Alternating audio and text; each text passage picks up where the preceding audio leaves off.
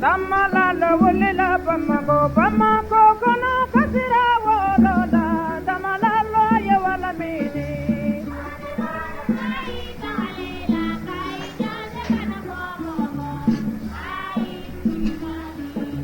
tamala lo wulela tika so kono kasira wolola tamala lo ye wala mini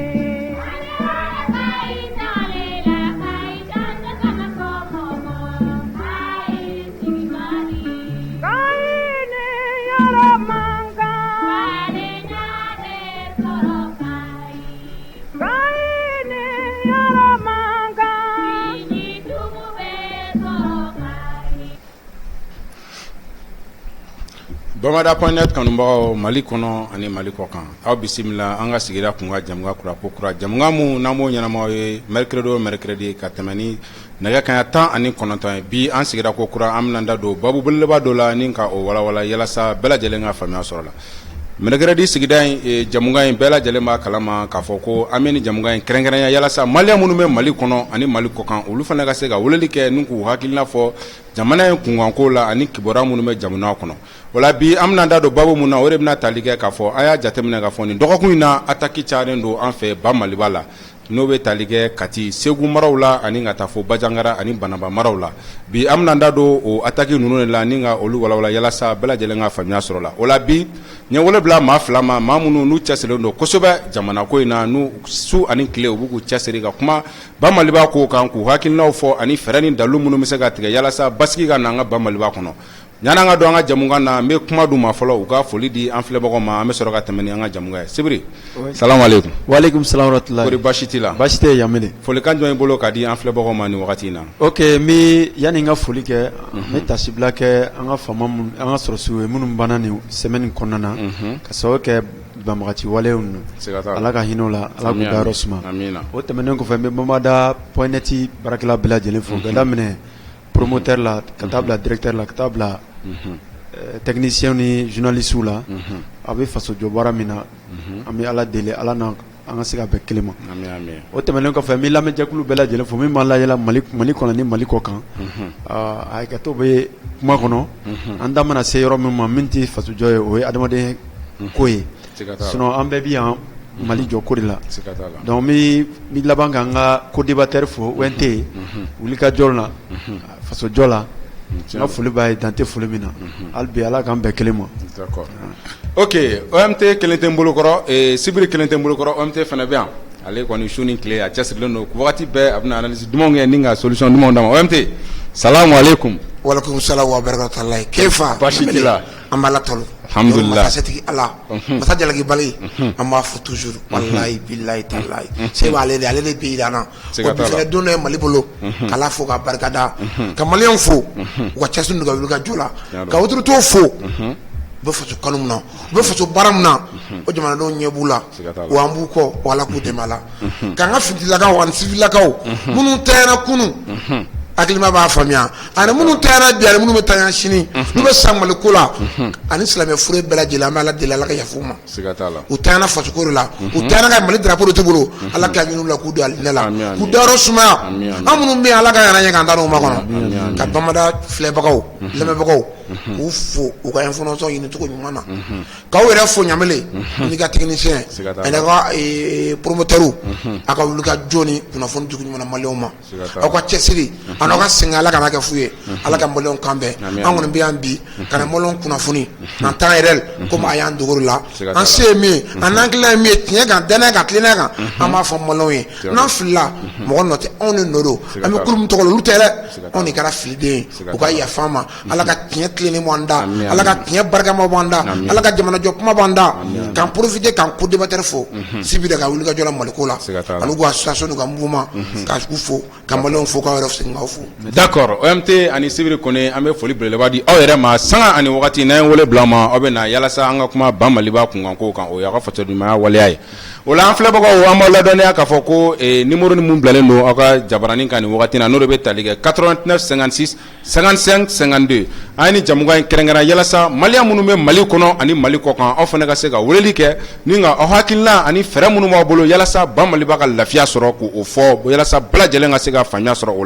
o la an b'an senfa ni ka don an ka bi jamukan kɔnɔ n'o de bɛna tali kɛ k'a fɔ an y'a ye nin wagati dɔgɔkun laban fila in na Mali kɔnɔ kosɛbɛ ka kɛɲɛ ni Bamakɔ ye ka taa nɔrɔyan fan fɛ ani tilebiyan fan fɛ attaques cayalen don banbagaci waliw n'ani jatigɛ wale kɛbagaw kɛlen bɛ ka wulikajɔ bonya kosɛbɛ yalasa ka Mali kɔnɔ ka maliyɛnw gɛlɛya caman lase maliden ani Mali finitigilakaw ma bi an bɛna da don olu lahalaya ninnu de la k'olu walawala aw minnu fana bɛ k'an suit aw bɛ se k'aw ka weleli kɛ ani commentaire la k'aw fɛla ani aw hakilina di bi jamukan in na ɲininkali fɔlɔ n bɛna o tɛngu e la Sibiri Kone an y'a ye k'a fɔ bi nin wagati in na nin y'a dɔgɔkun fila ye don o don an bɛ se k'a fɔ don o don yɛrɛ an bɛ ka a mɛn ko jatigɛ wale kɛbagaw k'u bɛ ka dankari walima ka taa binkani kɛ an ka finitigilakaw kan Sibiri Kone e yɛrɛ ka sentiment kɛra jumɛn ni attaque ninnu na. Ok Ɲamile o ɲininkali diyara n ye kosɛbɛ yanni n ko jaabi n bɛ foli bila an ka finitigilakaw ye siga t'a la u bɛ baara min na bɛɛ ɲɛ b'a la an bɛ ala deli hali bi jugu ala k'a to an ka san sɔrɔ a sanfɛ ala k'a to jugu hali bi ala k'a to maliyɛnw ka san sɔrɔ o sanfɛ binkani wale mun kɛra tile filanin attaque mun kɛra tile filanin na semaine nin kɔnɔ bon an bɛ se k'a fɔ nin ye fɛn dɔ signalentɔ ye anw ma parce que ni ko i yɛrɛma hɔrɔnya ta a ma nɔgɔ surtout ni jɔn de bɛ ɲɔgɔn na i b'o fana lajɛ depuis a fɔra ko MINUSMA ka problème MINUSMA ni Mali bɛ problème dɔ la o ka taga ka bɔ yan bɛɛ kan ka sigi n'a ye an ka autorités sigilen n'a ye an fana maliyɛndenw fana sigilen bɛ n'a ye k'a fɔ ko ni n'a danna nin ma o ye alalatigɛ de ye sinon fɛn b'u kɔnɔ min ka jugu ni nin bɛɛ ye mais olu t'a dɔn k'a fɔ ko maliyɛnw fana ni ala bɛ ɲɔgɔn bolo waati de bɛ fɛn bɛɛ la waati de bɛ fɛn bɛɛ la adamaden ka fɛn o fɛn n'i b'a kɛla waati de b'a la mais n'a waati sera don min a bɛ jɔ an y'a ye k'a fɔ nin waati kɔnɔna na attaques cayara attaques bɛ se ka caya ka tugu ɲɔgɔn na don kelen yɔrɔ Mali fantan naani bɛɛ lajɛlen na waati kelen kɔnɔ mais ala ni an ka cɛcɛdenw u ka indulgence fɛ u ka hakilisigi fɛ u sera ka nin bɛɛ déjouer kelen ka ban hali bi an b'a fɔ an ka cɛ finitigiw ye hali bi population b'u kɔ bi u b'u kɔ sini population fana kan ka foni yɔrɔ in na parce que n'i y'a ye nin reçu la tan parce que population fana impliqué la parce que banbagaci wale ninnu filɛ nin ye u bɛ population de cɛla u bɛ fɛnw kɛ i bɛ taa sɔrɔ sɔrɔsiw t'a dɔn k'a fɔ k'u tɛmɛna nin yɔrɔ in na mais i bɛ taa sɔrɔ population b'a dɔn k'a fɔ nin sigana bɛ nin cɛ in na hali an yɛrɛ ka yɔrɔ la o don kunna sini an ye polisiw wele u nana dɔ minɛ mais o y'a sɔrɔ a tɛmɛna anw na wula fɛ an t'a dɔn ko mɔgɔ sugu min de don mais an sigala i n'a fɔ a fɔra cogo min an ye commissariat wele u ye mɔgɔw bila ka na wele donc hali bi n bɛ population wele an ka taa o sira fɛ hali bi population man kan ka décourager an bɛ min fɔ nin ye Mali yɛrɛmahɔrɔnya Asimi y'a fɔ cogo min Mali kan ka respecter sous toutes les formes a ka yɛrɛmahɔrɔnya kan ka d'a ma bon n'i ko i ka yɛrɛmahɔrɔnya kan ka d'i ma hali n'i ye den kɛnɛ n'i bɛ so n'i ko i fa ma don min na k'i bɛ i yɛrɛ ta a tɛ kɛ ni o y'a sɔrɔ i ma labɛn kɛ dɛ donc an b'o phase kɔnɔna na mɔgɔ si kana paniquer population si kana paniquer mɔgɔ si kana siran mɔgɔ si kana foyi an ni ala de bɛ ɲɔgɔn fɛ an ma bɛn mɔgɔ kan maliyɛn ma bɛn mɔgɔ si kan maliyɛn fana tɛna bɛn mɔgɔ kan an ko an ka jamana y'an ta de a ka kɛ maliyɛndenw ta ye maliyɛndenw ka sigi Mali kɔnɔ lafiya la maliyɛndenw ka dumuni kɛ Mali kɔnɔ lafiya la maliyɛndenw ka sunɔgɔ lafiya la maliyɛndenw ka nafolo ka kɛ maliyɛndenw ta ye an b'o kɛlɛ de kɔnɔ donc n bɛ se ka min fɔ o yɔrɔ la o y'o ye. D'accord hakili la an filɛbagaw bɛ ka faamuyaw sɔrɔ nin kɔrɔfɔ na an b'aw ladɔnniya an minnu sɔgɔlen b'a la nin sanga ani nin wagati in na k'a fɔ ni hakilina minnu b'aw la an ka bi babu ninnu kan n'o bɛ tali kɛ jatigɛwale kɛbagaw bɛ ka attaque minnu caya nin wagati in na nin dɔgɔkun tɛmɛnen ka na bila bi la an y'a ye k'a fɔ an ka jamana in kɔnɔ attaque caman kɛra n'o bɛ tali kɛ Kati mara ani Duwanzan ale ni Segu ka na fɔ Bananba maraw la hali bi attaque dɔw kɛra an ka ban Maliba la a hakilina minnu b'aw la aw bɛ se k'olu fɔ commentaire la yala ni fɛɛrɛ minnu b'aw bolo ni hakilina minnu b'aw la a bɛ se ka weleli kɛ ni ka aw fɛla di o la OMT n bɛna ni ɲininkali tɛnku e fɛn la an y'a ye k'a fɔ nin wagati laban in na attaque cayalen bɛ kosɛbɛ Mali la yala OMT yɛrɛ ka sentiment ye jumɛn ni attaque ninnu na. A'uzubillahi mina shaitanir rajim bismillahir rahmanir rahim kala fo attaque cayara parce que an sɔnna de an m'an yɛrɛ ta an sɔnna de an ka souveraineté ani mata tila an sɔnna de Mali sɛgɛnna Mali ni ɲanina Mali janfana Mali den jugu ani kɛnɛma jugu dɔw fɛ a pari d'aujourd'hui maka bolo tɛ bɔ Mali la bilen Mali sɛgɛn min kɛ kunu nin bɛ k'a dan ye Maliens fara ɲɔgɔn kan an ye autorité ɲumanw sɔrɔ an ye maa ladiriw sɔrɔ an ye maa tilennenw sɔrɔ an ye finilakaw sɔrɔ bi minnu sɔnnen bɛ k'u ni bɔ jamana ye an armée mun kɛ an ka autorité ye mun kɛ u ye équipement ɲini équipement mo sɔrɔlen u ye mun ɲini u ye formation tugulen u ye mun ɲini u ye moyen ɲini ka di armée ma o nana confiance ye o kama France ko don min a b'a tuna ye an tuncogo ɲɛna France nous a abandonnés en plein vol. Selon notre Premier ministre, notre cher docteur Choukal Kokala Maïga, il a dit haut et fort au tribune de la Nations Unies, Amadou Kokala. Mais Mali Jamana Bari, Mali Jamana Bargamalene, Mali Jamana mais Oran Jamana Dabé Jamanado. Il y a des enfants, Aba Erebo, Wala Bilibu, pour les Carabiens et Jamana Dochebi. Auquel là, on a mouillé. Mali munu nan tourisme an b'a dɔn sɔrɔ la Libye fɛ Libye crise de nin sɔn ma yan a y'a sɔrɔ France ni minnu bɛ janfan na Mali nord la u ko indépendance ta ka d'olu ma u ye coup in labɛn mais coup in kɛra échec ye Ala ka dɛmɛ sira fɛ donc bi n'an nana autorité ɲuman sɔrɔ autorité qui sont purement apolitiques hakilina foyi t'u la ni Mali jɔli tɛ hakilina foyi t'u la jamana in jɔli tɛ olu de hakilina sɔrɔ ka équipement ɲini an ye équipement sɔrɔ an ye matériel sɔrɔ Mali y'a yɛrɛ sɔrɔ maintenant Mali y'a demandé bi ou beaucoup de taille. C'est fini. On va kɛlɛ k'an yɛrɛ. An y'a essayé k'an tɛgɛ bɔ France tɛgɛ. Mɔgɔ ko ja France bɛ Mali la ɲini an san 7 ye. U taara ni Mali armée ma monté en sanfɛ u ma jigin. C'est pourquoi les gens d'aujourd'hui l'armée malienne monte en puissance. On a des équipements. Le résultat sur le terrain c'est déjà vérifiable. An b'a la fo ka barikada. On m'a fait France ma. On m'a fait France dɛmɛbagaw ma. On m'a fait France jugu ma. Au moment que o bɛ ka kɛ Mali autorité bɛ ka justice de bala. Munu ye jamana in sɔrɔsiw ka 1300 et quelques milliards dun ka sɔrɔsiw bila kungo la k'u baga équipement san ka di militaires ma ka blindé en carton san ka armée kɔngɔ ka armée minɔgɔ an b'olu ka justice di faama ma olu tɛgɛ ni France bɛ ɲɔgɔn bolo o minnu bɛ yan bi an ka autorité ninnu gɛn ni ninnu ma gɛn France lebu la aw minnu jamana nafolo don a bɛ taa kaso la wa a bɛ lebu n'olu tigɛ ɲɔgɔn ma k'a fɔ ko jamana janfan jamana ɲumanw bɛ yen marabaga ɲumanw bɛ yen ka jamana kumabaw ka jamana kɛ sankɔrɔta ye diɲɛ ma. O kama an armée attaqué commencera mura jarusu san so wa conférence nationale de kay an bɛ Mali janfan cogo di an bɛ Mali ci cogo di o de sen fɛ Mali armée ye bunteli du kan a ka bon hakili ma hali sini dɔw b'u kunfɛ taga la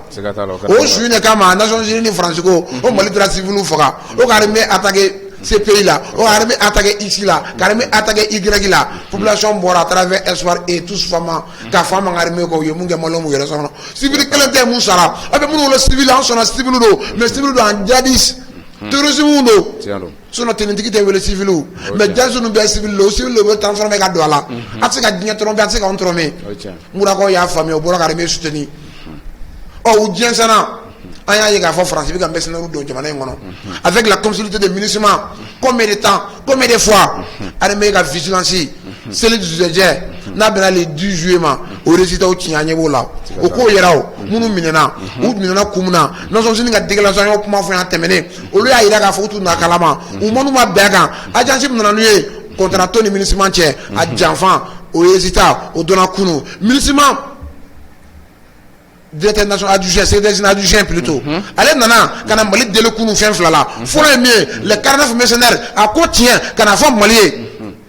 u yɛrɛ dogo pour que Maliens dɔ bɛ ka wele MINUSMA ka taa u bɛ se ka to yan cogo min na a filanan ye min ye MINUSMA ka rotation ni Mali autorité ye déclaration kɛ a jɔra o ni y'o jɔlen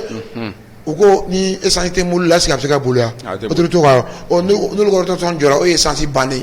an ko essence bɛ ban mais an bɛ vérification kɛ fɔlɔ bana min mobili la mobili ka dilan fɔlɔ ka sɔrɔ ka essence kɛ ka bila sira kan mobili bɛ ka boli essence b'a la mais a moteur man ɲi a bɛ jɔyɔrɔ min na n'an y'an b'o dɔn an t'o yɛrɛtigi tali dabila an ka réfléchir o kama an ye moyen sɔrɔ an ye équipement sɔrɔ bon MINUSMA ni France ka délégre ye min ye MINUSMA France gɛnna MINUSMA kan ka gɛn minnu ye Mali nafolo dun olu kan ka wele justice la k'u don kaso la u ye plan ninnu labɛn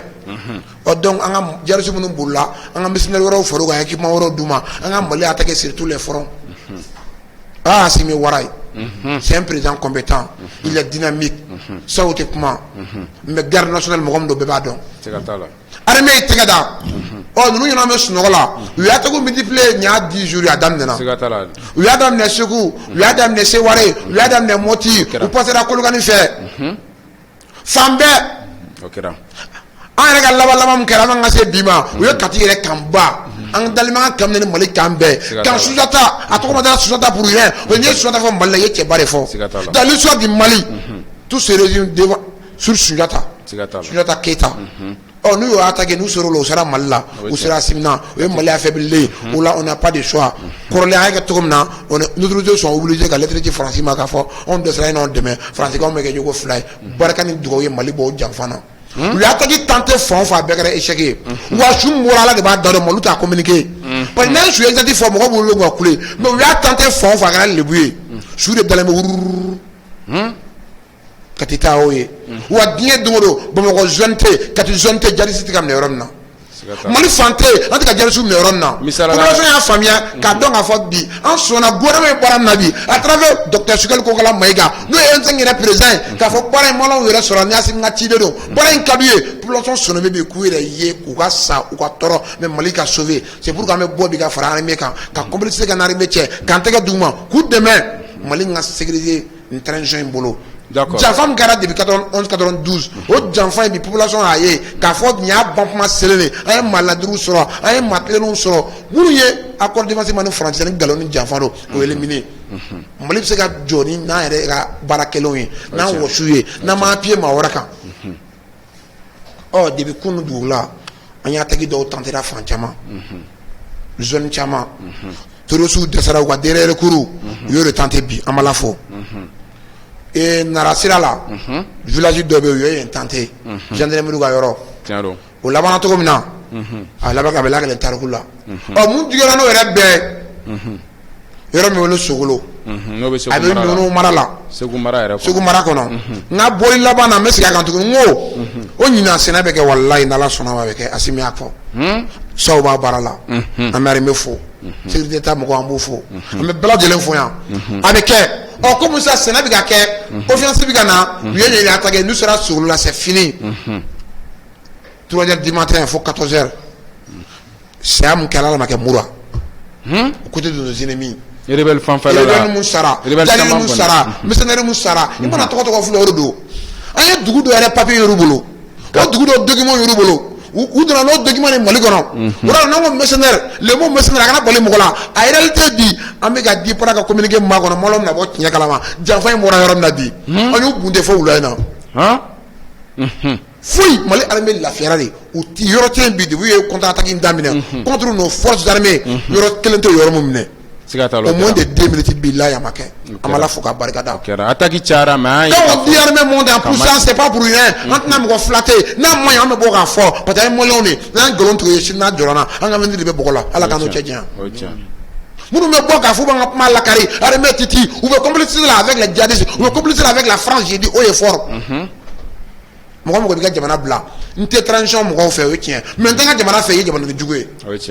maa min bɛ jamana mara o bɛ taa mais jamana bɛ to yen ne ye jamana janfa jamana yɛrɛ dafiri la dun jɔn y'a dafiri aw u tɛ se wala kana u se fɛnɛ k'a fɔ maliyɛnw ye an k'an tɛgɛ di ɲɔgɔn ma transition bɛ ka taa cogo min na a ka ɲi wa armée bɛ ka monter en puissance a y'u encourager a y'u dɛmɛ a ye dugawu don a y'u encourager sira ka ɲi walayi a ka ɲi n y'o fɔ Sogolo ta yen a bɛ lakale tariku la o y'u ban o su na o bɛ fɛ ka attaque kɛ Kucala su na an y'u ka attaque kɛ o y'a sɔrɔ sécurité ka information di Kucala gendarmerie ma olu bɛ yɔrɔ min na yɛrɛ u ka labɛn plan B labɛn gendarmerie minɛ a ka ca ni cɛ 30 ni kɔ ye sisan Kucala gendarmerie bɔra ka cɛ 30 ni kɔ de minɛ jagisiw la mercenaires la u bɛ Kucala gendarmerie la la mun sɔn an bɛ ka kuma yɔrɔ min na sisan Kucala gendarmerie taara tɛgɛ da cɛ 30 ni kɔ mercenaires jagisiw terroristes la u bɛ Kucala gendarmerie la mun mana kɛ Kucala suna o déjouera OMT i ka nin laseli na n bɛ fɛ hali bi i ka nin walawala an filɛbagaw ka sɔrɔ ko sont tentés bi su la terroristes de ye laseli kɛ ni k'a fɔ k'u bɛ attaquer u ma laseli kɛ mais u k'u labɛn an ka sécurité ta information sɔrɔ mɔgɔ 30 ani kɔ u yɔrɔ min na u bɛ ka minɛnw labɛn yɔrɔ min na Kucala mara la dɔrɔn gendarmerie taara k'u kulo kɔrɔ pɛɛ bi mercredi 27 juillet 2022 an b'Ala fo k'a barikada attaque Kucala mais an ka finitɔgɔ ye tɛgɛ siri billahi siga t'a la information jɛlen comme toro tɛgɛ siga t'a la d'accord an bɛ gendarmerie fo yan o de an bɛ force d'armée bɛɛ de fo à travers l'homme compétent colonel Sao Kamara l'homme du peuple le silencieux d'accord a bɛ fo walayi d'accord avec lui an bɛ armée cɛden bɛɛ fo an bɛ Mali général bɛɛ fo an bɛ Mali colonel an bɛ lieutenant bɛɛ an bɛ sous-officier bɛɛ fo OMT Allah kuru amu fo ka courage ka détermination na jamana kadire moli bi ka jade armée bi ka monter en puissance na itora bi faga men nu be zanmani malima d'accord ni gane be ba tani OMT ya calendrier ne moli yela to sans faire famia chama me ka soro gan ko na mena segi matugu OMT an filɛbaga minnu sɔgɔlen ma la nin wagati na an b'aw ladonna ko bi jamuka kɛrɛnkɛrɛnna yalasa maliyɛn minnu bɛ Mali kɔnɔ ani Mali kɔkan aw ka se ka weleli kɛ ni ka aw hakilina ani ɲininkali minnu b'aw bolo ka tɛngu an ka ni invité sanuman fila ninnu na ka se ka o ɲininkaliw kɛ ni an ka bi WhatsApp de bɛ sɔrɔ an bɛ sɔrɔ WhatsApp de kan direct téléphone numéro o de ye 89 56 55 52 maa minnu bɛ fɛ ka weleli kɛ aw bɛ se ka weleli kɛ WhatsApp kan an b'aw sɔrɔ yalasa aw ka se ka aw fɛla ani aw hakilina fɔ nin wagati laban in na attaque minnu bɛ ka kɛ an ka fɛ yen ba Maliba la k'aw ka hakilina fɔ o la o la Sibiri kɔni OMT ka kɔrɔfɔw la OMT da maga point caman na a ye da maga MINUSMA ko la ni k'i da maga population ka rôle min bɛ nin attaque ninnu na ni k'a déjouer yala e yɛrɛ fana ka sentiment ye jumɛn ne ka analyse ye jumɛn jamanadenw jɔyɔrɔ la yalasa ka nin attaque ninnu ka kɔn ka a ma. Voilà donc n'i ye ne ɲininka o la o ɲininkali diyara n ye kosɛbɛ Ɲamile an bɛ phase défensive le la maintenant bɛɛ lajɛlen ka rôle kan ka jouer par rapport à l'autorité c'est à dire an ka ɲɛmɔgɔ ninnu o bɛ ka décision mun ta an kan ka information di ɲɔgɔn ma ka taga moi j'ai dit à l'autorité maintenant an b'o lancement kɛ autorité parce que ne y'a ye l'autorité détient la communication maintenant attaque minnu bɛ kɛla a caman minɛlen don téléphone bɛ sɔrɔ u caman bolo à travers ces téléphones là a yera k'a fɔ ko dɔw bɛ minɛna au téléphone sira fɛ à travers nos sous des réseaux maintenant ce que moi je vais dire à l'autorité il faut que communication o yɔrɔ nin ka lajɛ yanni ka taa fɔ ko bɛ taa attaque kɛ réseau fila de b'an bolo yan Maltel ni Orange ça va Telecel bon olu bɛɛ baara kɛ ninnu ka hukumu kɔnɔna la donc moi je crois que ninnu fila réseau ba fila ninnu d'accord olu kan ka se ka Sibiri kɔni kuma min bɛ dɔw bɛ nɛgɛjuru la an b'o ta olu ye priorité allo salam alaikum salamu i tɔgɔ ani jamu ani bɛ k'an wele ka bɔ fan jumɛn allo Boubacar Diallo ka bɔ Algérie ni waati in na n b'aw fo dan tɛ bolo ma Boubacar Diallo ka bɔ Algérie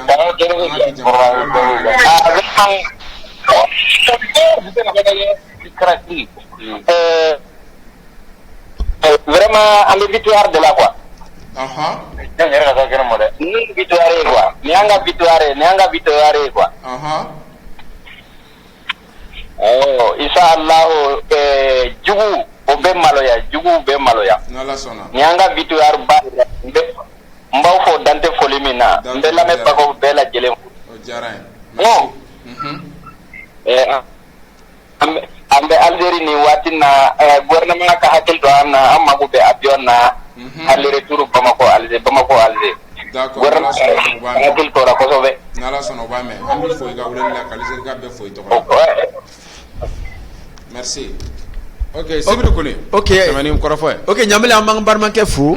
a ka fasoden ɲuman la depuis Algérie dan tɛ foli min na siga t'a la c'est ce que n y'o de fɔ c'est à dire an bɛ wagati min kɔnɔna na il faut que an ka complément kɛ ko la sinon victoire kɔni a ye min fɔ o ye tiɲɛ ye parce que an bɛ dernier tirage de la maintenant autorité kan ka o réseau ninnu parce que n'i y'u bɛ weleli kɛ attaque bɛɛ bɛ kɛ waati kelen au même moment c'est comme si appel de bɛ kɛ o bɛ instruction di ɲɔgɔn ma ka daminɛ Kayi fo Kidal o bɛ ɲɔgɔn kunnafoni donc il faut que communication ka renforcer ni réseau an ka réseau fila minnu bɛ yan baara bɛ kɛ ni minnu ye saba mais sabanan in bon o bɛ baara kɛ ninnu ka couverture de la maintenant a ka lajɛ pisi ou pisi parce que pisi min mana san e ka tɔgɔ de bɛ kɛ k'a kan i ka filiation bɛ k'a kan pisi ou pisi ani weleli fɛn o fɛn bɛ kɛ a bɛɛ bɛ tɛmɛ u ka fɛngɛ de sanfɛ a kan ka lajɛ avec la sécurité d'État u k'o renforcer o tɛmɛnen kɔfɛ maintenant la population aujourd'hui information bɛ dira fo a dɔw bɛ na kɛ tellement que maliyɛnw bɛ information di la fo a dɔw yɛrɛ information yɛrɛ bɛ na kɛ autorité bolo problème ye. Salam alaikum. Waalaikum salam. I tɔgɔ ni jamu ani bɛ k'an wele ka bɔ fan jumɛn? Tɔgɔ ye Mamudu Dia, n bɛ ka wele ka bɔ Angola Luanda. D'accord, Mamudu Diko bisimila. Faranga de bolo bɛ ɲininkali de b'i la ka kan ka jamana in na.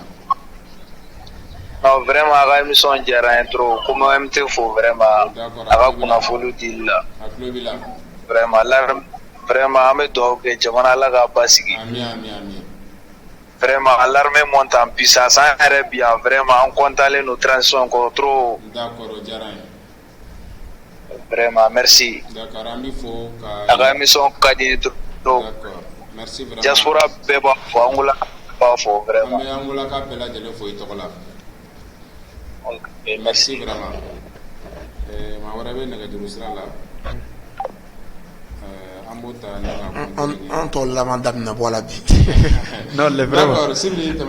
Effectivement, donc an bɛɛ bɛ fankelen fɛ maliyɛndenw bɛɛ hakili ye kelen ye maliyɛndenw bɛɛ hakili ye kelen bi mɔgɔ ko tɛ ko in Mali ko de don bɛn tɛ y'a fɔ ka kuma kɔnɔna na Mali i bɛ se k'a fɔ k'i tɛ karima sanfɛ mais i tɛ Mali fɛ i ye fasoden jugu de donc ni min ɲɛna don min an b'o fɔ an ka autorités bi fana ni an b'u fo k'u barikada vraiment u bɛ lamɛnni kɛla u bɛ baara kɛla ni lamɛnni mi recommandation filanan min kɛ ça c'est le renfort de la voie aérienne c'est-à-dire renfort n'i y'a ye an bɛ ka se ninnu kɔrɔ bi sanfɛ kɛlɛ de don n ye sɔrɔsi dɔ ka video lamɛn waati dɔ la a ko sanfɛ kɛlɛ n'i y'o sɔrɔ ka ban dugumala i bɛ se k'a bɛɛ maîtriser donc sanfɛla an k'o renforcer tuguni avion minnu bɛ yen dɔ ka fara o kan tuguni dispositif kan n'o kɛra je vais avec la complicité de la population i b'a ye k'a fɔ nin kɛlɛ in bannen ye ɲɛko kelen ni waa de ye a bɛ fɔ ko Mali terroriste tɛ Mali kɔnɔ an bɛ min fɔ maliyɛndenw bɛɛ hakili ye kelen an ka faama minnu bɛ ka mun kɛ maliyɛndenw bɛɛ kan ka dɔn k'a fɔ faamaw an kan ka wuli bi k'u dɛmɛ u ka baara kɔnɔna na toutes les informations n'a min mɔgɔ suspect min mɔgɔ la a y'a fɔ armée ye armée bɛ t'u tigilamɔgɔ minɛ an y'a ye k'a fɔ baara bɛ ka kɛ cogo min baara bɛ ka kɛ ten attaque tɛ ban dɛ à chaque seconde il faut s'attendre aux attaques à chaque minute il faut s'attendre à chaque heure il faut attendre aux attaques parce que an b'a laban de la donc maintenant an bɛ min bɔ kuma na ka vraiment ka foli di armée ma hali bi u cɛsiri min na ka tɛmɛ asimu fɛ ka tɛmɛ a ka défense fɛ ka tɛmɛ sécurité d'état fɛ vraiment hali bi maliyɛndenw b'u kɔ bi u b'u kɔ sini a k'a fɔ maliyɛnden dɔw ye minnu ma wuli u ka wuli ni minnu wulilen don u ka to an ka to ka boli vraiment. Ok, an b'i fɔ kosɛbɛ Sibiri Kone i ka nin kɔrɔfɔ ninnu na o la OMT ɲininkali mun bɛ yen n'o bɛn'o tɛnku e la o de ye k'a fɔ an ye sigi tɛmɛlen i ka kɔrɔfɔ la i y'a jira k'a fɔ ko nin attaque minnu bɛ ka kɛ an fɛ yen ko maa kan ka sigi a MINUSMA na ko ka kɛɲɛ ni siga yɛrɛ t'o la parce que ko olu de caman bɛ ka minɛn ninnu di e yɛrɛ ka faamuyaw kɔnɔna la k'olu nɔ dɔɔnin bɛ nin ko in na dɔ bɛ nɛgɛjusa la an b'o ta OMT an bɛ sɔrɔ ka kɔrɔfɔ di Ala sɔnna ma masha Allah wala salamu alaikum. Waalaikum salam ko di baasi tɛ yen. Baasi tɛ alhamdulilah i tɔgɔ ni jamu ani bɛ k'an wele ka bɔ fan jumɛn. Tunkara Modibo. I bɛ k'an wele ka bɔ fan jumɛn Tunkara Modibo. Ka bɔ Kita. D'accord bisimila faranga de bɛ wele walima ɲininkali de bɛ wele an ka bi jamukan in na. Ayi foli min bɛ ne bolo dɔrɔn ka OMT fɔ a ka Mali jɔ la. N'a ka cɛsiri hali bi. D'accord a tulo b'i la. Vraiment avec k'i jɔ a jɔyɔrɔ an b'aw bɛɛ lajɛlen fo aw ni cɛ aw ni baraji aw ka faso jɔ la. Foli diyara n ye. Merci. Ala ka jamana bɔ juguw bolo. Amin. Jamana jugu bɛɛ coron. Amina rabi. Ala k'u tɔɔrɔ. Merci beaucoup. Salam alaikum. An b'i fo merci vraiment. OMT. Yala i hakilina ye jumɛn ye nin ɲininkali na n'o de bɛ tali kɛ k'a fɔ nin attaque minnu bɛ ka kɛ an fɛ yen bi. MINUSMA jɔyɔrɔ jumɛn bɛ nin na e yɛrɛ OMT ka faamuya la tɛmɛni sigi tɛmɛn'o la i tun da don a kuma la. n y'o fɔ n bɛ segin k'o fɔ Mali ka d'an ye trop an tɛ foyi sɔrɔ ni Mali tɛ an tɛ foyi ni maliyɛn tɛ document fila t'e bolo a tɛ ko ne bolo a tɛ ne bolo nationalité kelen de b'an bolo nationalité maliyɛnni ye an ka dute de b'o la ni kɛlɛ in an y'a tiɲɛ dɔn à travers nos autorités de sababuya la n y'o f'i ye ne ni e n'i ye marifa d'a ma bi an ka yɔrɔ dɔ attaquer a ja t'an na a courage t'an na wa an tɛ se a kɛcogo la MINUSMA bɛ anw fɛ yan bi MINUSMA bɛna don min na a y'a sɔrɔ Mali nord de minɛnen centre tun tɛ yen hali nord fan bɛɛ tun tɛ kɛlɛ nana fɔ Bamakɔ yan fo sud centre juguyara ni nord ye nord madara parce que nord la minnu nana ni kɛlɛ ye eux sont avec la complicité avec MINUSMA n'i y'a faamuya maintenant an y'a ye k'a fɔ matériel min bɛ ka minɛ ninnu na bi Mali ye matériel min bɛ ninnu na matériel tɛ se ka bɔ fan si une complicité t'anw fɛ yan bi MINUSMA bɛ se ka don an ka jamana kɔnɔ sans certaine autorisation an y'o de dɔn autorité ninnu sababuya la Ivoire 49 mercenaires minnu nana u donna cogo di u ko nin y'a siɲɛ wo seegin olu bɛ don dugu la kan avec sans autorisation mais u t'u sera Mali la bonya tɛ yen o ye voie normale ye n'o ye voie yɛrɛ ni duguma sira dun MINUSMA de k'a b'u kɔ dogo fɔlɔ u ka passeport bɛ Mali la a y'a essayé en premier temps ka essayer ka ko dogo Ça veut dire qu'avec quoi la maman il faut malo ministre bien pour le civil de sécurité combien de fois Mali armée biga vilu mine ministre ce qu'il met atika ndeme ministre ga pour emi ana fa emi abna munyo Mali asuka munyo Mali antanyo yininga faut que molonga famia on a donné c'est fait bi on a zéro mu atika bi ya me ministre ko remedi Mali a retourner tout ma la fois peut-être mora ngo se ware ye gunam ye ministre tato comme ministre atika ngra se ware ministre ngwa kokoro amanya Mali gwa convoi de sira la ngotru to K'a fort, Dieu profite de qu'on voit là, mais si ce n'est pas le vigilance à son temps de nos forces des armées, compétents et dynamiques, c'est moi sur le c'est quand même fou. Donc, ministère de l'Ambi, ou appui, ou pour te donner le ministère de dit haut et fort. Au lieu que le ministère ait une solution, le ministère pour l'homme bi, en ma crise. C'est pourquoi l'autorité malienne, à travers nous les peuples, on demande que le ministère ait tant que le ministère bien, nous disons que c'est qu'elle est bon. Parce qu'elle est le coupable. Elle est le bien à Kama. Elle est dans la Kama. Francis Tarabi, Francis Terano de Jonga, Francis Déndonné, Jonga déclaration de ministre Nana. John des Nations Unies l'a convaincu qu'il y a un ministre Malla. C'est la France. Non, il y a un France guerre. Ministre numéro Bob Bébé, elle coule le monde Nana. John Do, ce n'est pas un Français. Ou quoi, chef ou Bob Français au Tewa. Bien mon problème de John Francis Tewa. John n'arrive pas à me là, à ce qu'il y a intérêt sur Francis Tewa. Mali problème de ministre Malla Tewa Dendi. Non, le ministre m'a mis français de moi. Mais ce n'est pas bien. Bib, demandez mon papier là, nous nous yabomi. Déjà nous, demandez mon papier yorubo ya papier yabomi. Non, demandez toi fois pas de mettre bien fait mec les affaires. Parce que mon gars on a mal interprété. Donc si y a qu'à boire là, n'amara qu'à boire là. Mali pour un fois bien 72%. Le ministre avec la France. À 30%, oui, Mali autorité colombe nous bonnes armées équipées, nous bonnes armées armement, nous bonnes armées formées. Allez, ministre Magané, au look autorisation à Kéan. C'est voilà qu'on a les forfulants. 2 choses ont été signées par Tchema Iber Koubalé. Actuellement, il est en Côte d'Ivoire. Mandat international de la Cancun. Mungama. Allez, le Côte d'Ivoire, mandat international de la Cancun. Il va Mali Djanfa à travers leur présent. Ah, donc, allez, gars, mais notre autorité nous bina, autorité courant, mais n'a pas à Nima nous tuer. Il y a des gens qui sont bolo où il y a des gens qui sont là où il y a et puis autre de maintenant Nassim Binani sur le binara kana tchadien l'ouba fort ou quoi France quand l'obina non on avait demandé des Français mangana bi on demande de nyonga ngasi ki kolai on va entrer dans singa kolai on se mieux on se demande mieux on OK c'est pourquoi mon ya famille femme fait bi amem bi katibi do ya tante bi bombala kati misiri bagono demana donc en vigilance kati ko vigilance ou ya ka détecter do ni fili ka mine ka diga des forces armées ou va faire attaquer ke bi tuguni bien mercredi kati mosquée kono bi mercredi 27 juillet ou va faire attaquer ke kati mosquée misiri bagono demana donc akili sigi wa jasikite donc ça veut dire que danger be femme be fait parce que nous yara garare ou tsika dugum na bi ou tsika ville na bi alu tsika ngadu na bi ou même ngasa bo joni nko kala ku yemi ngandugu fanga na sa mais sandugu be sa parti c'est dana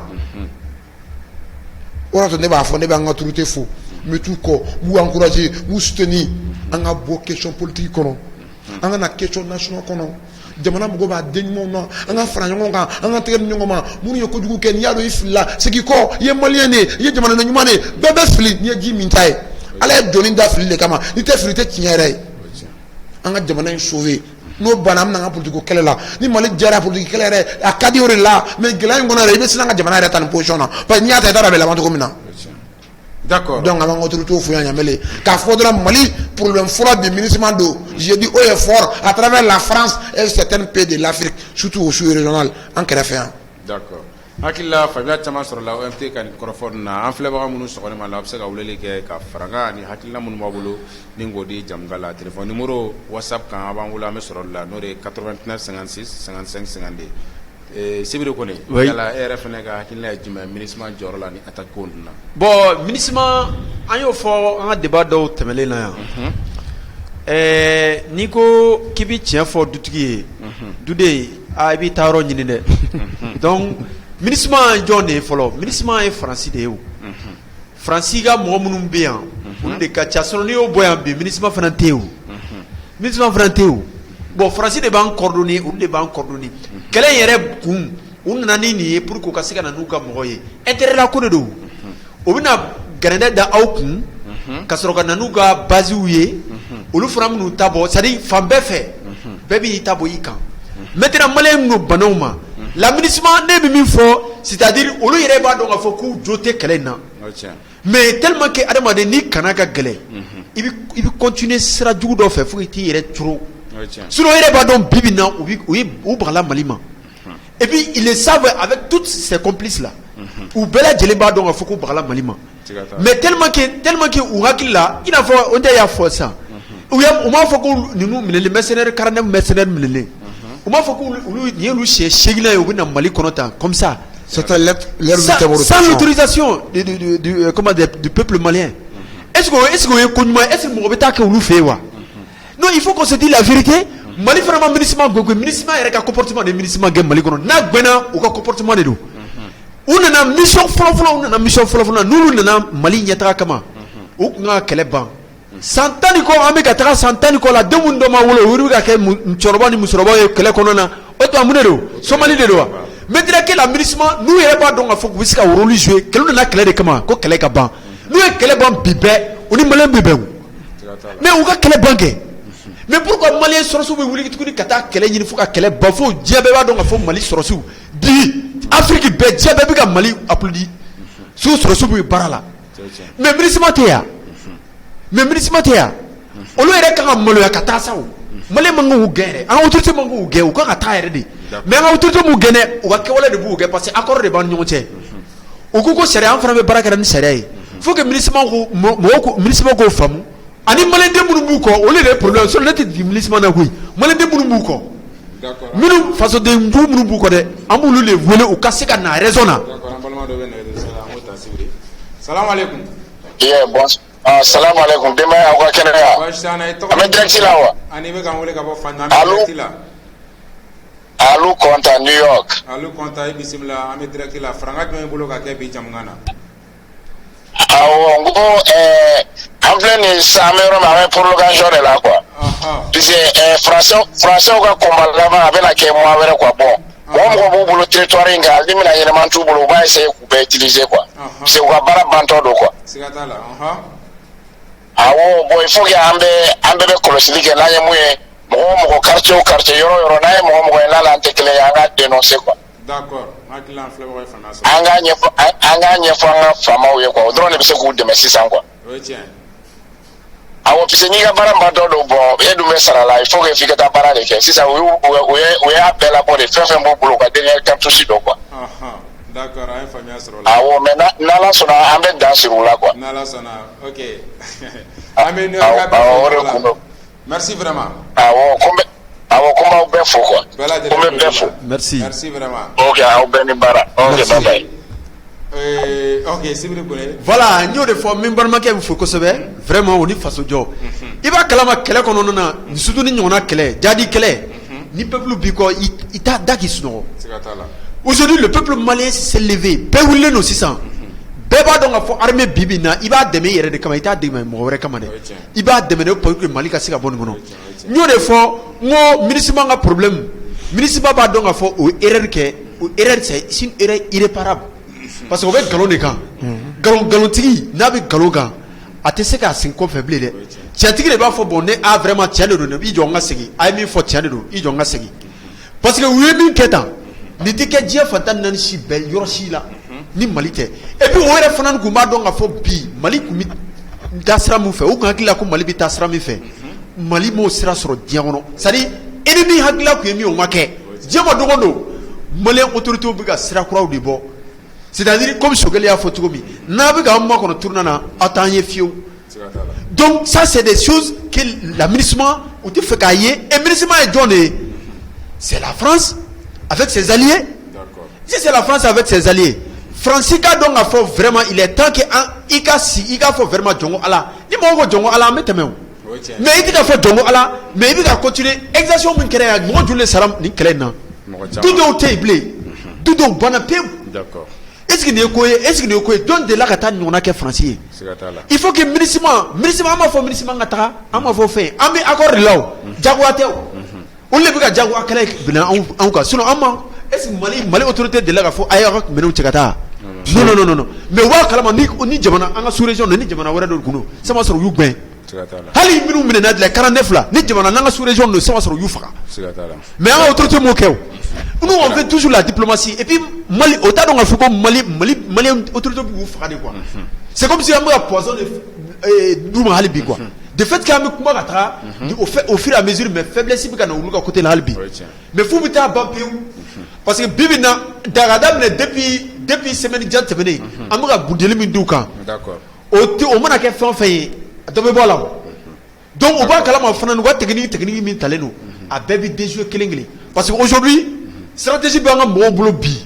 a tɛ se ka ɲɛfɔ. d'accord Sibiri Kone an b'i fo kosɛbɛ i ka nin walawalali ninnu na o la an b'an filɛbagaw dɔ halisa u bɛ se ka weleli kɛ k'u fɛla fɔ yanni an ka jamu ka datugu MT ɲininkali bɛ ni minnu tɛ o de ye k'a fɔ yala jeunesse ka rôle jumɛn ye nin ye population ka rôle ye jumɛn ye ni jahadi jatigɛwale kɛbaga ninnu kɛlɛli ko la. population y'a ka rôle dɔn mun fola k'u rôle ma dɔn o ye ka da armée la ka communiquer avec armée de collaborer avec l'armée on y'o faamuya maintenant kɛlɛ in na armée ni bɛ ka bɔ anw de kama armée bɛ ka sa anw de kama u b'u ni mɔn ka malgré que le moyen est payé l'équipement est payé u sara u tɔɔrɔla mais hali bi u b'u jɔ u jɔyɔrɔ la finalement population y'a faamuya munna ninnu bɛ ka sa anw ye an yɛrɛ tɛ se k'an yɛrɛ sa ninnu ye c'est pourquoi mɔgɔ yi risque bɔ a la an bɛ k'u dénoncer an yɛrɛ bɛ t'u minɛ ka t'u di armée ma bi n'an sigara mun na bonya kɔnɔ karama kɔnɔ Kati Bamako Mali région bɛɛ Sahel bɛɛ y'a faamuya depuis o kɛra résultat bɛ cogo di bi bɛɛ ko tare armée contenue population contenue wa sécurité taabolo ka ɲi wa communication bɛ ka d'a ɲɛ ma information bɛ ka d'a ɲɛ ma comme il le faut o bonya kɛra cogo di parce que population y'a faamuya k'a fɔ kɛlen ka so alifa jamana y'anw de ta ye ninnu b'u ni mɔn de kama an tɛna an sigi bilen k'an tɛgɛ d'an sen kan mɔgɔ wɛrɛ ka nin kulonkɛ la n'u tilala armée la don min na u bɛ s'anw de ma wa u to armée dɔ la kɛlɛ la u dɛsɛlen ka taa duguw ci yan dugu mun cɛra civil de sara armée tɛ o an ye a bɛ hakɛ to bilakoro dɔ mankan mɛn u ni population civile min sen bɔ nin na n'u y'an sɔrɔ an ta sen fila u ye bataille siri k'a sennaŋolo sabi kunikuru ale kelen bilayi ale mɔgɔ kelen o de n'an kɔrɔ a dari b'an bolo u b'a fɔ a bɛ mɔgɔ ŋani kirikiriki ye y'aw da de yan an tɛ kuma de an tɛ dictature la de an bɛ démocratie la mais minnu bɛ fɛ ka jamana dafiri olu bɛ ka minɛ nin o nin kuma don a laban a labanna cogo di m'o f'i ye bi yan minnu y'a tenté ou bɛ kucala attaqué bi su na a labanna cogo di information sɔrɔla kun ne fɛ yan minnu bɛ ka minɛ misiri kɔnɔ minnu bɛ ka minɛ bɔlɔn fɛ a bɛ na kunfɛ baara de don wa population y'a ka baara kɛ armée bɛ ka baara kɛ wa tiɲɛ bɛ ka bange wa Mali bɛ ka ja wa a bɛ ba nin bɛɛ kɔfɛ nin min bɛ kɛ fo mɔgɔw k'a faamuya k'a fɔ an tɛ se ka nin bali l'attaque kamikaze ninnu nin bɛ kɛ diɲɛ fan bɛɛ nin bɛ kɛ États-Unis nin bɛ kɛ Faransi nin bɛ kɛ Canada an bolo minnu ye puissance capitalisme ye nin bɛ k'olu fɛ yen u ma se ka nin bali u ma se k'a kunbɛn ni jariso dɛsɛra n'u ka dernier recours de mais anw ta yɛrɛ jamana wɛrɛ b'anw ta in kɔfɛ fanga bɛ mun na ka tɛmɛ anw kan o yɛrɛ dɛsɛra ni kamikaze an ka sɔn a ma pour que an ka tɔ fitinin ninnu olu da ka tunu fɔlɔ olu ye nin kelen kɛ maa kɛmɛ fila bɛ sa mais u bɛ ka kɛ bu yɛrɛ kelen de bɛ ka sa o ye tare o ye kunnawolo ye armée b'a se la jamana dɔ b'u se la karamɔgɔ bɛ dugawu la ala yɛrɛ ka dugawu bɛ Mali ye bilayi n y'a fɔ wa ala bɛ k'a minɛ an ye dugawu ka ɲi c'est pourquoi autorité y'a demandé à partir de vendredi diinɛmaw ban an minnu ye silamɛw ye an se ye dugawu ye misiri kɔnɔ bɛɛ k'a kɛ bɛɛ se ye min ye k'a kɛ dimanche église la i se ye jɔsɔn i se ye mun ye o bɛɛ k'a kɛ jamana ɲɛ ka jamana kumabɔ an bɛ dernière phase de la o nin ye phase laban de jamana libéré la ka ban dɛ a tɔ kururu misɛnnin dɔrɔn an ka tila ɔ minnu bɛ politique ko kɛlɛ la an b'u deli u ka taa Côte d'Ivoire ni Faransi ka taa yen u ka jamana to an ye an ka jamana kisi ni jamana kun bɛ kisi ka se bi ma a dira olu le ma a tiɲɛna olu le bolo olu la an se nin dingɛ kɔnɔ an y'u bila kɛrɛfɛ u k'a to an ka jamana kumabɔ sa u ka ala kama u k'a to an ka jamana in kumabɔ parce que n'a kun ɲɛna olu bolo an kun tɛ bi sɔrɔ jamana kun tɛ bin ka seli ma n'a ye binna ka seli ma bi dɔ de ma ka kɛta kɛ dɔ de ɲinɛna ka baara kɔ dɔ de filila ka baara la an kana o fana fɔ n'an y'o fɔ an bɛ ka mɔgɔw bila ɲɔgɔn na n'an y'o fɔ an bɛ ka dɔ bɔ maliyɛnya la a tiɲɛna mun bolo sariya de sigira k'a fɔ ni dɛsɛra ye nin ka kan donc jamanadenw y'o fɔ bɔrɔw bɛ taa ni ɲɔgɔn ye bon mana juge bɛ ka baara la armée bɛ ka baara la population bɛ ka baara la n'u ko fa o de wele résultat total o de bɛ Mali avancer o de bɛ jamana jɔ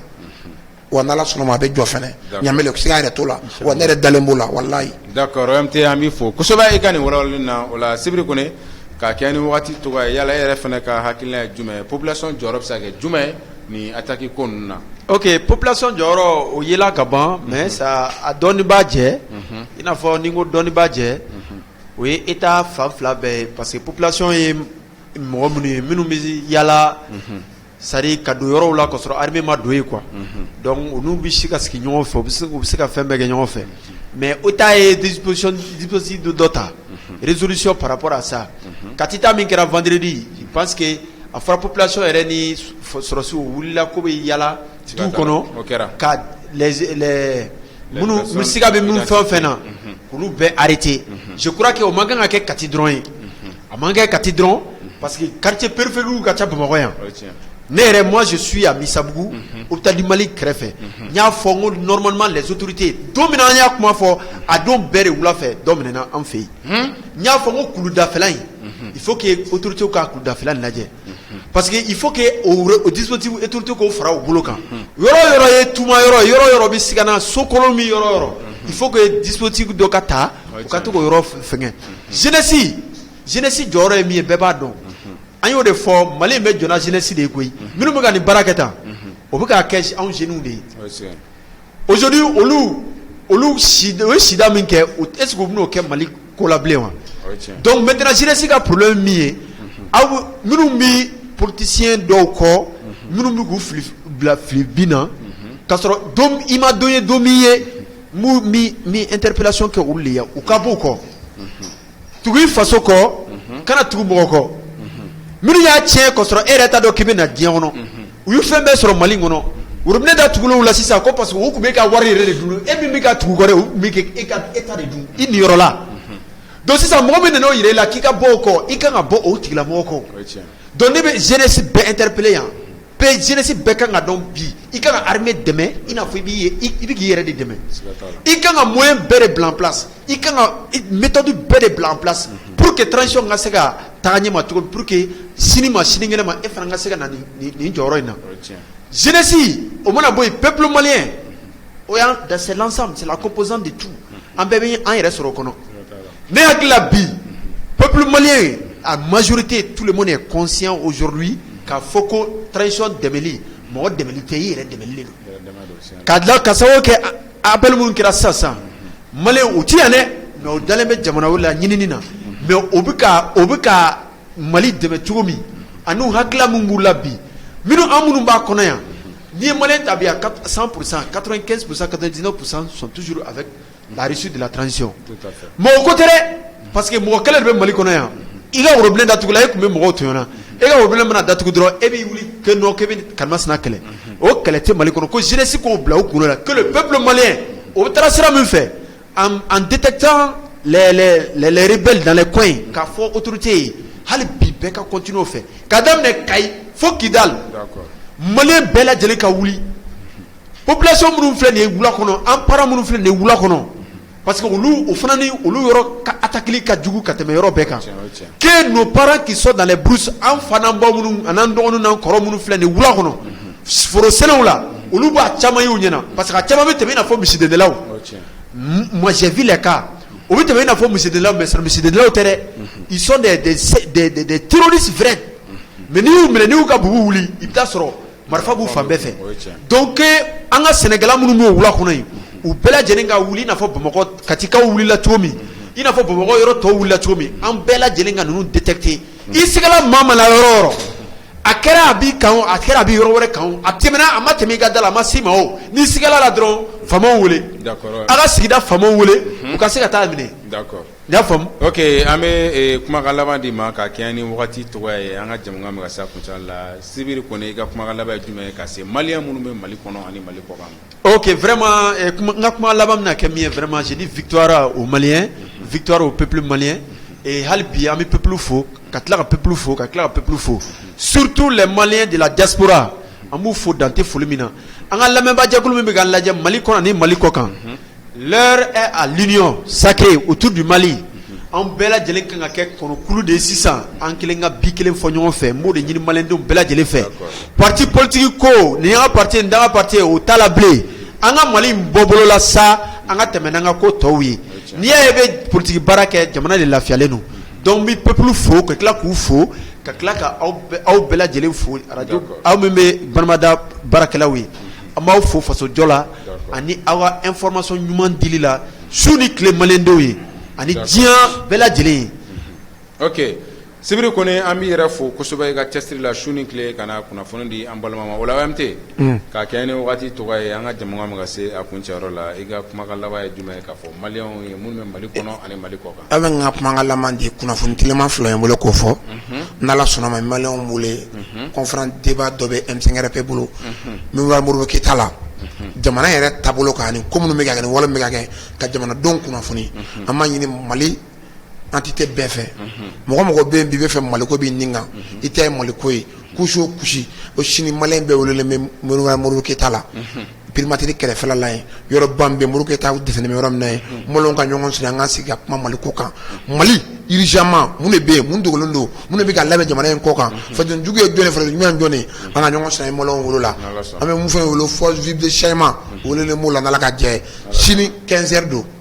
sini ye jeudi de jeudi 15h n'Ala sɔnna ma kunnafoni tilema ye min ye nin bɔra an ka ɲɛmɔgɔw ka yɔrɔ la nin ye kunnafoni aw ka bonya n'a ka yɛlɛma kɔnɔ n bɛ fɛ k'a fɔ autorité dɔ tunna ni véhicule dɔ ye pick-up Toyota Hilux do couleur ye argent ye avec double cabine a numéro ye AX 6957 MD n bɛ segin a kan tuguni un touriste à Bamako véhicule pick-up Toyota Hilux couleur argent double cabine numéro c'est AX 6957 MD. C'est très urgent. K'a fɔ ni mun y'a ye Bamakɔ a y'a signaler. Terroriste dɔ b'a kɔnɔ a bɛ sɔrɔ danger la. Nin ye kunnafoni tellement comme Bamama dɛmɛ bɛ nin na kunnafoni urgent bɛ fɔ yan de. An b'a fɔ yan urgemment mɔlɔn k'u hakili sigi mais ni mun ye nin mobili ye a numéro mun fɔra k'a ye i ka ci bila numéro mun bɛ ka yɛrɛkɛ Mali fan bɛɛ pour que agent ka taa tɛgɛ d'a kan. K'an ka kumakan lamɛn dɔrɔn ka maliyɛnw wele surtout diaspora surtout minnu bɛ kɔ kan an ka jɛ an ka tɛgɛ di ɲɔgɔn ma. Kɛkɛrɛnw de kan kojugu san 30 kɔfɛ jamana in bɛ dingɛ min kɔnɔ bi san 1 transition minnu bɛ ka mara an ye réalité an ye tiɲɛ ye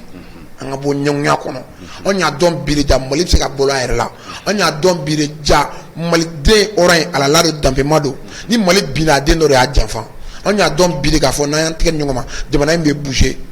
ka maliyɛnw wele ka na bɛn ni kelenya na minnu tɛ Mali ko ye o yɛlɛma kuma sera sa Ala y'a k'anw de tile la Ala de sɔnna anw de ka nin vécu ka se ka jamana in bɔ dingɛ kɔnɔ n'an ni bɛ to a da fɛ Ala k'a ta dɔ mɛ Ala ka jamana in jɔ maa maa ko i b'an janfa Ala k'i lebu maa maa bɛ ŋaniya jugu bɛ kɔnɔ i bɛ fɛ ka malidenw bila fili la i bɛ ka maa wɛrɛ ka baara kɛ Mali la Ala k'i lebu an ta ye Mali ko la an b'Ala Mali ko kama Ala ka Mali autorités kan mɛn maa maa ko i bɛ ninnu bila ɲɔgɔn na i b'u bila fili la Ala k'i lebu Kassim Fonya ka wuli ka jɔ la ale de ye président de transition bi première institution du Mali ka encourager a bɛ ka ko minnu kɛ Ala de bɛ se k'a dɛmɛ a n'anw yɛrɛ k'a dɛmɛ wa Ala k'a dɛmɛ ka premier ministre fo a n'a ka gouvernement docteur Sukoli Kolokan Mayiga ka Diaw colonel Maliki Diaw et tous les membres du CNT k'u fo u ka ɲɔgɔn minɛ Ala ka Mali kanu don n'an bɛɛ dusukun na k'aw yɛrɛ fo Ɲamele ni ka technicien Kulubali ninnu ani Kujo ninnu ka bɛɛ lajɛlen fo ka directeur fo ka Bamanan lamɛnbagaw fo ka filɛbagaw fo u b'u ka forfait tiɲɛ k'anw de lamɛn Mali ko kanu kama Ala ka n'u bɛɛ sara ɲuman na Ala ka yɛrɛ ka ni malidenw ye Ala ka ɲɔgɔnna caman yira na an ka maliyɛnw na kunnafoni su ani tile Ala ka n'an décourager an bɛ photo baara min na an t'a kɛ wari kama an t'a kɛ sɔrɔ kama an b'a kɛ jamanaden ɲuman de kama Ala ko jamanaden ɲuman Ala ka caya ka maliyɛn bɛɛ tɛmɛ anw yɛrɛ la n bɔ kuma la ka segin ka maliyɛnw fo. D'accord OMT an b'i yɛrɛ fo kosɛbɛ i ka cɛsiri la su ani tile Mali ko in na ka tila ka foli segin e fana ma Sibiri Kone su ni tile aw cɛsirilen don jamana in kunkanko la ani jamana in ɲɛtaga ko la o la an filɛbagaw an minnu sɔgɔlen mana nin wagati in na an b'aw ladɔnna k'a fɔ ko ne tubabu kulo ani aw ɲɛ garisɛgɛ Bamada.net kan nin wagati in na aw kan bɛn mercredi wɛrɛ wa salam.